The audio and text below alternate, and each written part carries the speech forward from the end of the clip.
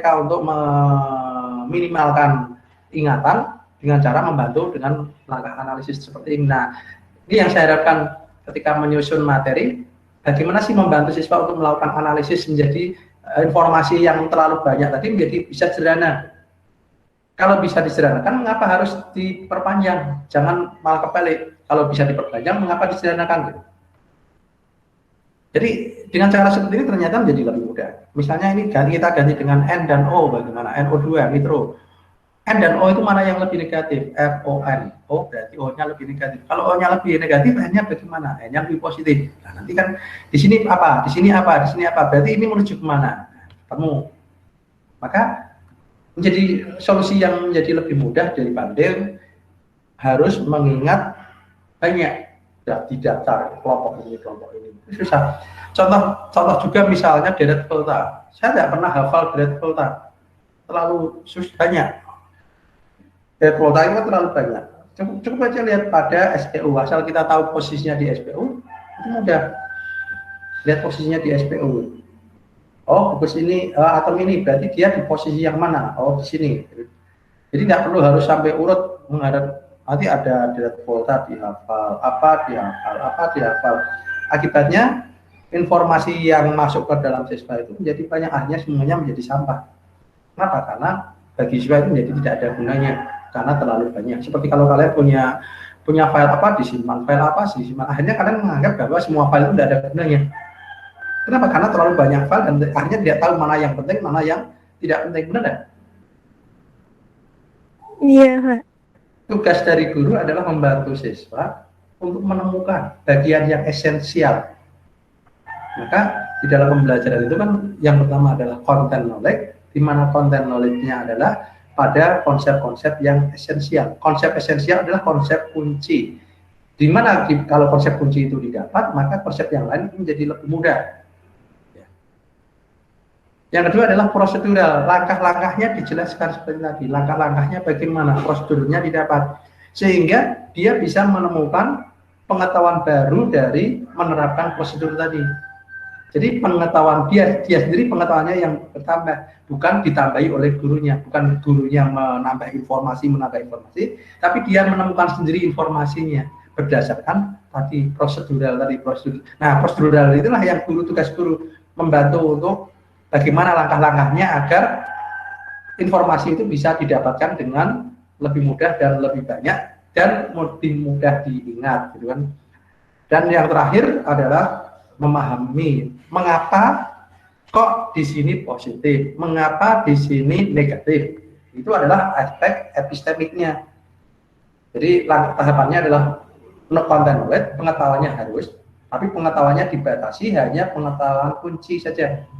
Jadi kalau kita asumsikan kalau guru ngajar 90 menit, maka guru ngomong di kelas itu maksimal tidak boleh lebih dari 30 menit. Jadi guru ngomong di kelas menjelaskan itu tidak boleh lebih dari 30 menit. Kenapa? Itu 30 menit kan sudah sepertiga dari pembelajaran, padahal guru ngomong siswa tidak belajar. Siswa belajar adalah siswa melakukan sesuatu, maka yang harus lebih banyak adalah prosedural knowledge. Nah, epistemic knowledge nanti didapatkan dari proses diskusi. Jadi katakanlah kalau mengajar 90 menit, mungkin prosedural knowledge-nya bisa 50 menit. Epistemiknya mungkin sekitar 15 atau 20 menit. Sisanya adalah content knowledge-nya.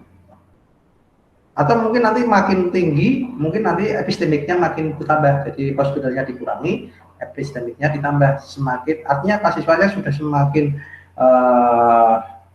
lancar di dalam melakukan, maka proses epistemiknya yang ditingkatkan. Tapi content knowledge itu jangan sampai mendominasi. Selama ini yang sering kali terjadi, content knowledge-nya itu yang mendominasi sampai mendekati 70 menit dalam 90 menit. Itu artinya apa? Artinya ya pasif pembelajarannya. Lebih banyak guru yang melakukan proses belajar aktivitas mengajar dibandingkan aktivitas membelajarkan.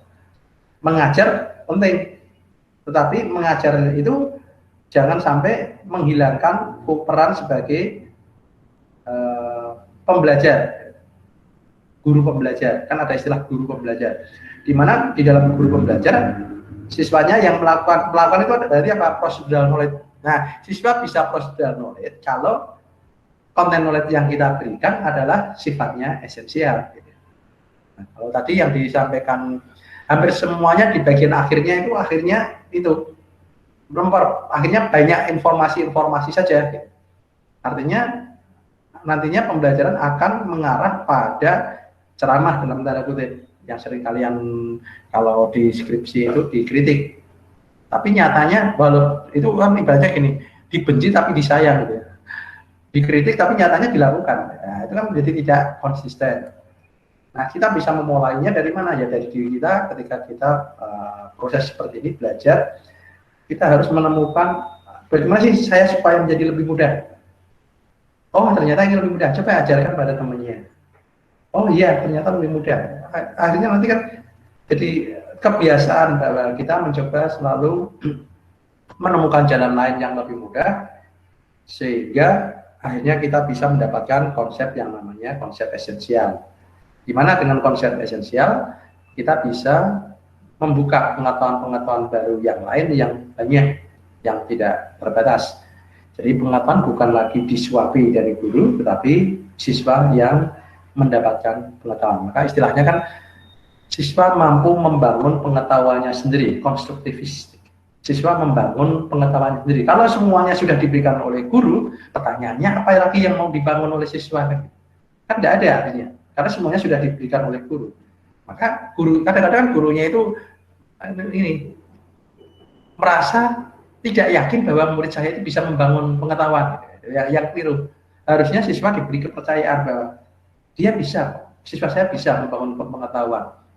Nah, maka kita harus mendorong dan memfasilitasi. Tapi kalau kita sendiri malah meragukan, ya memang akhirnya menjadi siswanya tidak bisa. Gitu. Semua harus berangkat dari mempercayai. Jadi percaya. Kita harus sabar. Mungkin prosesnya lama, iya. Kelemahan guru dalam mengajar satu adalah ketidaksabaran. Tidak sabar di sini yang dimaksud adalah ingin cepat mendapatkan hasil. Bukan tidak sabar terus marah. Bukan berarti kalau tidak marah itu berarti sabar, bukan gitu. Maksud saya bukan yang itu.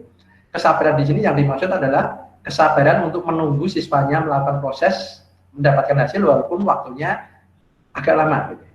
Seringkali gurunya ini kesini, ini dibagi. Jadi ketika siswanya mengerjakan, gurunya mendikte ini dibagikan, ini begini. Nah, akhirnya menjadi siswanya menjadi tidak ada kemandirian, tidak punya keberanian, tidak punya rasa percaya diri. Kenapa? Gurunya tidak bersabar.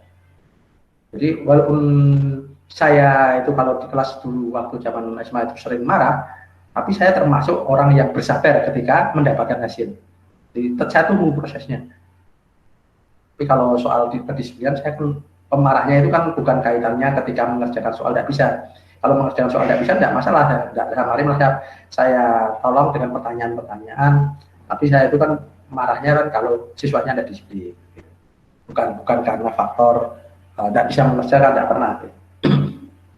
Yang kedua itu adalah selain faktor kesabaran, itu adalah faktor tadi kepercayaan, mempercayai.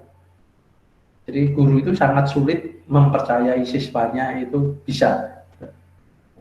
Sulit. Ya, seringkali merasa menurutku nggak bisa kalau tidak tak jelaskan nggak bisa. Akhirnya kan guru sering begini, loh kok nggak bisa mengerjakan ini kan belum diajari. Itu kenapa? Ya karena faktor gurunya. Kenapa siswa menjawab kok karena belum diajari? Karena faktor gurunya. Selama ini yang ditanyakan adalah yang diajarkan. Gitu. Akibatnya apa? Siswa menunggu, kalau tidak diajari ya nggak dipelajari. Mempelajari sesuatu itu menunggu kalau diajari, kalau tidak diajari ya nggak dipelajari. Kenapa? Karena tadi gurunya itu selalu disiapkan semuanya. Ibaratnya kalau orang mau makan itu semuanya sudah disiapkan di meja, siswanya tinggal makan. Kalau tidak disiapkan ya tidak makan. Gitu.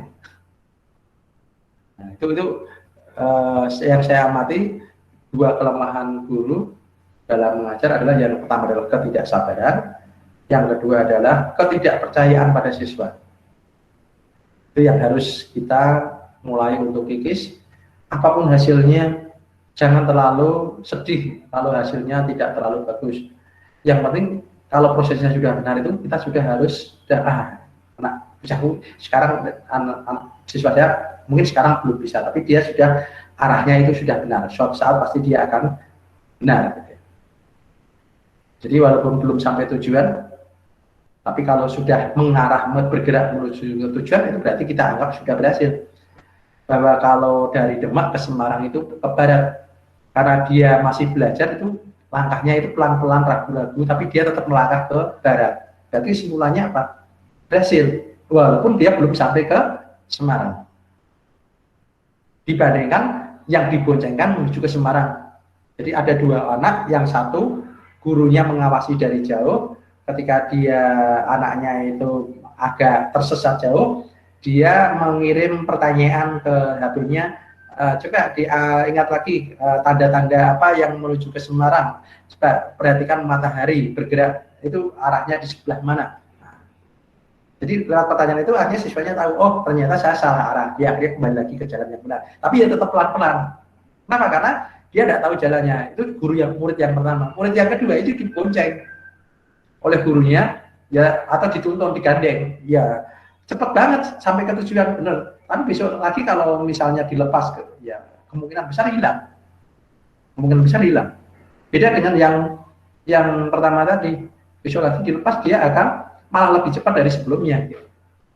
Kenapa? Karena dia sudah pernah mengalami sendiri. Tapi yang anak yang kedua akhirnya benar-benar hilang karena ketika dilepas gurunya sudah tidak memantau, tahu sudah jadi anak hilang. Ya, kira-kira mengapa kalau ditanya jawabnya lupa. Nah, mengapa lupa? Ya tadi terlalu banyak informasi yang diingat. Oke, saya pikir untuk hari ini kita cukupkan sampai di sini.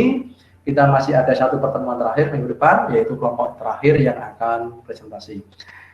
Oke, kita tutup. Selamat pagi. Assalamualaikum warahmatullahi wabarakatuh. Waalaikumsalam warahmatullahi wabarakatuh. Terima kasih, Pak. Terima kasih, Pak.